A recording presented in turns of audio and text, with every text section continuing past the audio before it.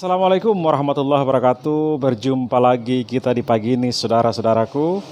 Karena di sini kita akan membahas Pak Anies Baswedan atau Abah Anies, bagaimana perkembangan beliau karena saat ini beliau nganggur.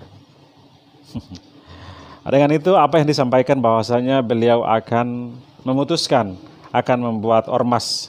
Jadi beliau tidak jadi untuk membuat partai politik. Apa yang beliau sampaikan di beberapa media sebelumnya bahwasanya beliau akan segera mengumumkan atau mendeklarasikan ormas ini dalam bulan ini. Dengan itu, ini adalah kabar gembira untuk anak Abah yang ada di Republik ini. Karena dengan adanya ormas ini menjadi suatu wadah, tempat aspirasi, menampung aspirasi, dan lebih meluruskan barisan, sehingga para pemilih atau anak-anak Abah ini memiliki suatu tempat untuk selalu bersatu untuk Pilpres 2029. Karena kita ketahui dengan mendirikan ormas ini tidak terlepas dari 2029. Dengan itu anak Abah yang selama ini mendukung harus siap-siap untuk bersama-sama mengambil bagian dalam ormas ini sehingga ormas ini berkembang dengan besar sehingga menjadi kekuatan politik Anies Baswedan di Pilpres 2029. Karena kita ketahui dengan adanya penghapusan presidensial threshold dari MK ini sangat memberikan kesempatan yang luas untuk Anies Baswedan. Dengan itu langkah yang tepat Pak Anies ini membuat ormas, karena dengan ormas akan menjadi tawar-menawar Anies Baswedan di setiap partai akan semakin tinggi. Karena yang pastinya dengan penghapusan presiden threshold ini dari 20 menjadi 0%, artinya semua partai memiliki kesempatan untuk mencalonkan kader terbaiknya ataukah calon eksternal. Dan eksternal saat ini tokoh yang terpopuler adalah Anies Baswedan. Dengan itu khususnya partai-partai pengusung Anies Baswedan di Pilpres 2024 bisa kembali mengusung. Ada PKS memiliki kesempatan terbuka, ada Nasdem, ada partai PKB. Itu adalah partai-partai yang kemungkinan bisa mengusung Anies Baswedan. Kalau kita melihat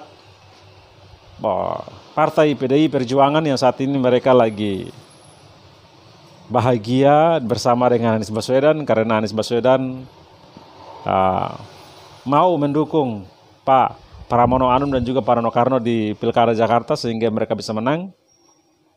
Apakah Pak Anies Baswedan memiliki peluang untuk diusung oleh PDIP di Pilpres 2029 dengan melihat PDIP selama ini yang tidak pernah mencalonkan calon di luar kader PDIP? Saya rasa tidak mungkin juga dan sangat sulit, apalagi Bu Megawati masih menjadi ketua umum partai PDI Perjuangan. Saya rasa Pak Anies Baswedan tidak mungkin saja, tetapi kemungkinannya kecil untuk dicalonkan dari PDIP. Dengan itu seandainya ini menjadi salah satu hal yang bisa saja terjadi kalau seandainya PDIP mengusung Anies Baswedan di Pilpres 2009, itu akan menjadi satu kekuatan politik. Contohnya kita taruh saja Pak Anies Baswedan diusung oleh PDIP menjadi calon presiden dan wakilnya adalah Pak Rano Karno atau tidak Pak Pramono Anung, itu akan menjadi sesuatu kekuatan politik yang kuat. Tetapi kita melihat sendiri yang menjadi calon atau menjadi gubernur Jakarta, khusus Jakarta saat ini, itu memiliki peluang besar untuk dicalonkan sebagai calon presiden. Karena dari dulunya seperti itu. Dengan itu, ini menjadi pertanyaan dan saya rasa masih bisa dipertimbangkan PDIP untuk bisa mengusung Anies Baswedan di Pilpres 2029. Namun tidak terlepas dari itu, ada partai-partai yang saat ini masih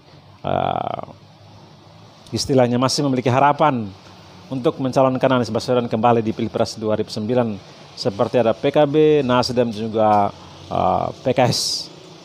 Dan juga mungkin saja ada partai lainnya yang mau mengusung Anies Baswedan. Karena sudah 0%.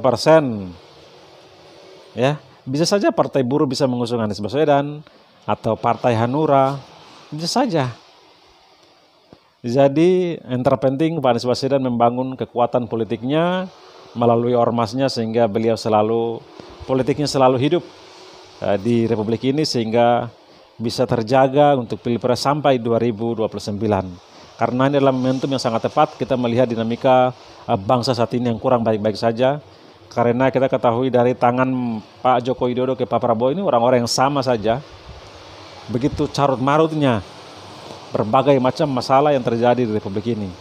Kita lihat sendiri KPK ya, walaupun sudah ganti presiden tapi rasa-rasanya seperti masih dulu saja ya. Lawan-lawan politik seperti Pak Hasto ya, seperti Palembang Palembang. Ya kita lihat sendiri, padahal ada orang-orang yang sudah jelas-jelas melakukan tindakan korupsi berat di pemerintahan saat ini. Tapi aman. Karena Pak Prabowo kan sampaikan sendiri bahwa beliau akan mengejar para koruptor sampai ke Antartika. Jangan sampai ke Antartika khusus untuk lawan politik.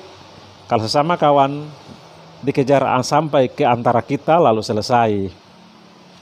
Dengan itu Pak Prabowo harus melihat bangsa ini secara utuh. Berbagai macam masalah yang tertinggal dari pemerintahan sebelumnya yang harus diselesaikan.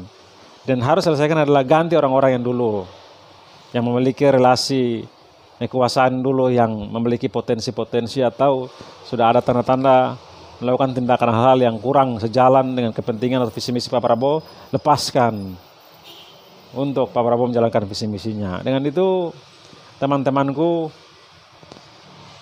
ini adalah momen yang sangat penting karena yang paling tepat untuk merubah semuanya adalah memilih atau yang memimpin adalah orang yang berlawanan dengan pemerintahan sebelumnya seperti Pak Anies Baswedan. Karena dengan beliau menjadi presiden saya rasa orang-orang yang royal kepada pemerintahan dulu yang tidak memiliki integritas, yang memiliki terindikasi kasus-kasus pasti akan tidak dipanggil.